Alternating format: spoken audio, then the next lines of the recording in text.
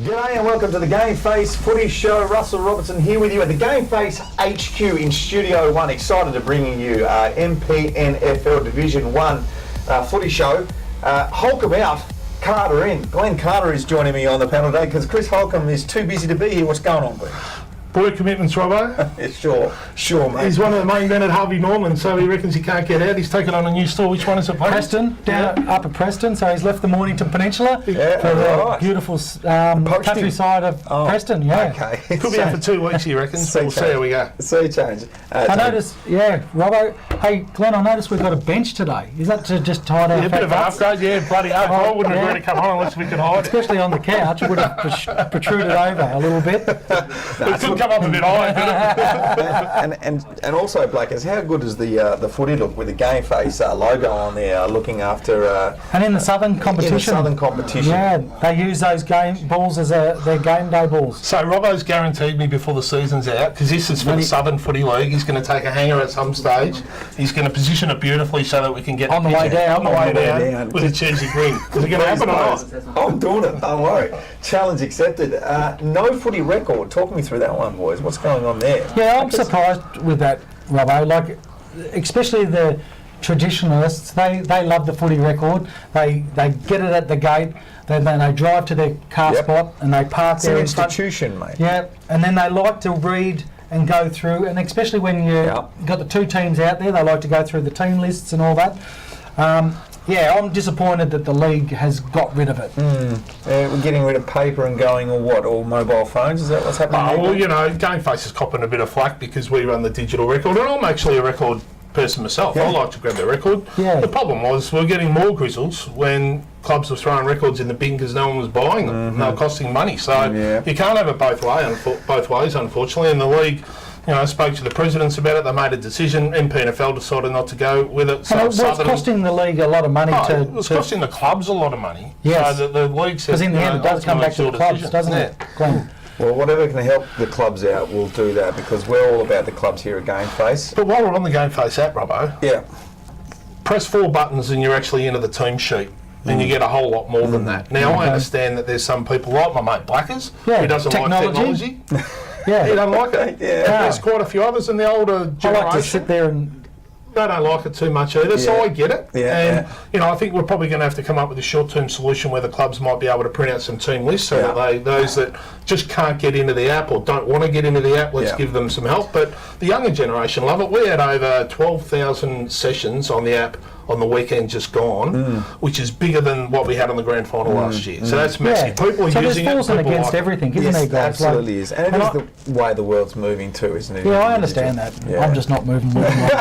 Stuck in the old, and that's absolutely okay. Also, live streaming onto the GameFace app. So if you can't watch a game, you can't get to a game, you're anywhere in the world, you can actually watch your home team play, if that's what you want to do. I'm going to go to you now, Blackers, for the toe punch shield. We talked about this last week and the week before on GameFace Footy Show. Sorrento by 13 points, mate. What a wonderful effort by the Sorrento Footy Club. It was 48 YC to 8 at quarter time, and Sorrento were able to just slowly peg them back and overtake YCW on their home ground. It was a wonderful effort. They got an a VFL-like midfield with Loudon, who was sensational on the weekend, and Shannon Gladman. He just complements the bullocking of the Mitch Hallahans and the Tapscotts.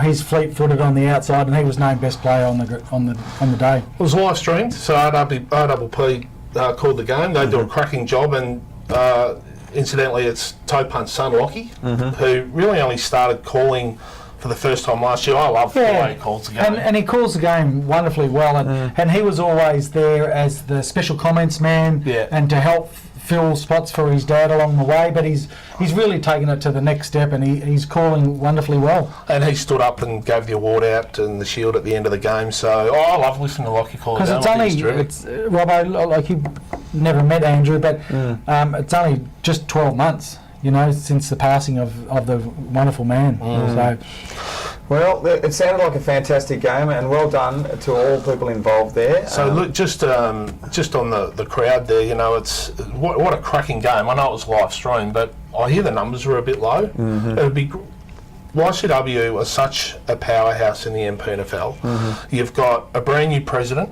in Andrew Snyder, wonderful man, absolute gun, doing some fantastic things. They've got a great coach. Yeah. They've got great coaches right through. Yeah. They've got some Cappy, good people. They need to get some of their old supporters back. Right. You know, in the big days of YCW at Frankston, you know, it was just a sea of YCW colours. I think they've got an anniversary or a big function coming up this year, haven't they, Glenn? Yeah, I'd love to just see more numbers get back. I know Schneider's is on an absolute crusade to build that club back up to where it was, and I think the numbers were a little bit disappointed. It was a great day down there on the weekend, but it'd be just great to see some of the supporters come back and support the Stonecats. Well, there you go. YCW fans, if you're umming and ahhing, make sure you get down and support the club. They need you at the moment. Let's move on to Jared Grant, because he kicked 7 for the 7-1. Bombers. 7-1, Yeah, kicking straight. he was outstanding, and last year he wasn't able to do that, Robbo, but this year he had his kicking boots on and it was great for him. It's his second year into the competition, and I think he really found his feet. And both sides down there, like Sam Fox and Kingsbury, both had VFL commitments, and I know Bomb Beach had their VFL guys unavailable as well. Yeah, so we actually spoke to Jared Grant after the game, so we might just have a look at that now. Jared, great win, mate. They stuck it to you early. Yeah, well, round one, everyone's up and about at this point of the year. Look, all wanting to get a win on the board in the first round, and it was right to the last 5 minutes, a clash. And credit to Bomb Beach and our boys. It was a great game for not only us getting the win, but the spectators would have got their money worth. Were you worried at any stage at all? Look, I'm always worried when we're behind. I like to be in front, but look, I back our boys in, and they all have a crack, and I think that's the thing that I love about our team is the boys will put in 100% effort, regardless of the scoreboard, and that's probably what's got us across the line a few times over the last year. You've done well. Would you say it's your best game, mate? 7 goals. I mean, that's nothing to be sneezed at. I mean, in terms of output and in terms of obviously the statistics that everyone sees, look, 7's a great achievement, but obviously it doesn't come in unless the midfielders are doing their job. I don't want to be too cliche, but kick 7, well done, Jared. Yeah, so it was good to catch up with Jared. He was in high spirits. He's probably one of the best games he's played since he's been at the Bombers. He, of course, didn't take a whole lot of credit. There was a lot of good players out there, with Dale Sutton in particular and Harry Pryor, who come over from Pearsdale as a ruckman. They were really happy with him on the day. The Bombers ground, by the way, Blackwood, was in good nick. Yeah, and what they've done, not only with the ground, but all the car parking, and they've cleaned it up immensely, because it was always just a gravel area, wasn't it? Yeah, they had that Ripley wing, and that's all been grassed over and in good nick now. When I spoke to the players, they said it was a good deck to play on. Robbo, did you play against Musto or Trent Dennis Lane? No, I might have against Trent Dennis Lane towards the very end of my career. He would have been very young then, so I didn't notice him too much, but a very good player. I think it was great that Muston's gone down back. I think it's been really good for him, and he played on Dennis Lane. He did, yeah. I spoke to Bo after the game, and he reckons that he's felt the best he has in a few years. Trent Dennis Lane kicked 3, but Bo was pretty happy with his performance. He said, I'm happy with that, let him have 3. I'm happy with what I did for the day, and obviously it was enough to give the Bombers a win as well. And look, the Bombers weren't able to beat Bomb Beach last year, and I thought that Bomb Beach would be one of the sides that would really improve. Robbo, this competition has, and since we've had Division 1 and Division 2, the competition's really grown and got better and better. On the weekend, there was and this is nothing against the Frankston Bombers, but it was 18-4 in favour of the Bombers for free kicks in the second half. Wow. 18-4? 18-4. No reason for that? No, I'm not too sure. I wasn't at the game, but I've just heard along the way. It's a big differential. Which is, huge. So this competition has grown and got better and better and stronger, and I think it's time that the umpires also went and grew with that as well. All the Bomb Beach boys were in the rooms after the game, as they do, and I spoke to Hughesy, he didn't mention it, the coach. Yeah. But they were right in that. Like, the Bombers called back in the last quarter. Oh, yeah, I think they kicked 5 goals in the last quarter. Cards. Sutton, a bit very good. Harry Pryor from Pearsdale, great in the ruck. Got an interview with him? Yeah, let's have a look. We spoke to Big H. With me, I've got Big Harry, the big ruckman, mate. You must be happy about a win. It's always good to get the first one out of the way. Yeah, that's it. And also, too, because you didn't have it all your own way. It was touch and go there for a while. Were you worried at any stage? I was worried. They were playing very good footy and they were linking up really well throughout the game. We just wanted to make sure that we played to how we play, and we got a few, and trust in our forwards. I think Granny kicked 7 in the end. 7, yeah. I just want to make sure I at least halved the contest or tried to win it. I know he's a really good ruckman. I know he kept me honest as well, but I just wanted to make sure I was man conscious, stay with him around the ground, and hopefully get my midfielders first use. Answer's all in. We want to be all in. We want to buy in. We want full buy-in. We want 19s, reserves, ones, full club buy-in. Buy into just that winning culture. All right, good stuff. Let's talk about the other winners from the weekend. Round 1, Pines 84 defeated Mount Eliza 68.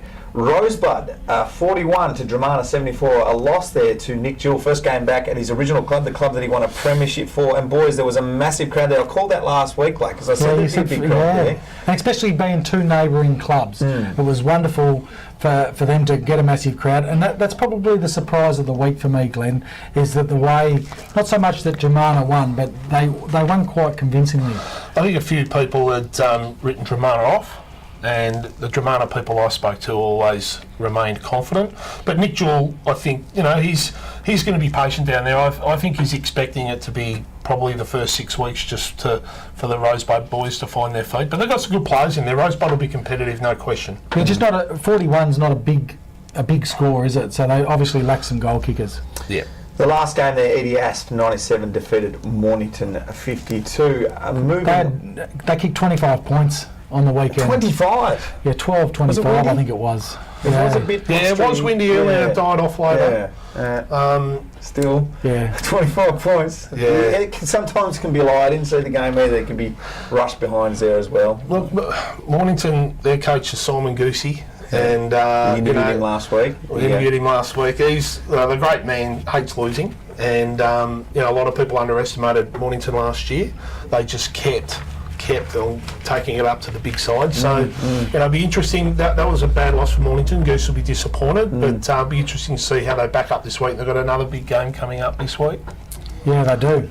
We're covering all games here at GameFace, doing a lot of good stuff for local footy. We wanted to just big shout out to one of our sponsors, Glennie. You'd love to talk about Swizz Locker because they are the official apparel sponsor for GameFace.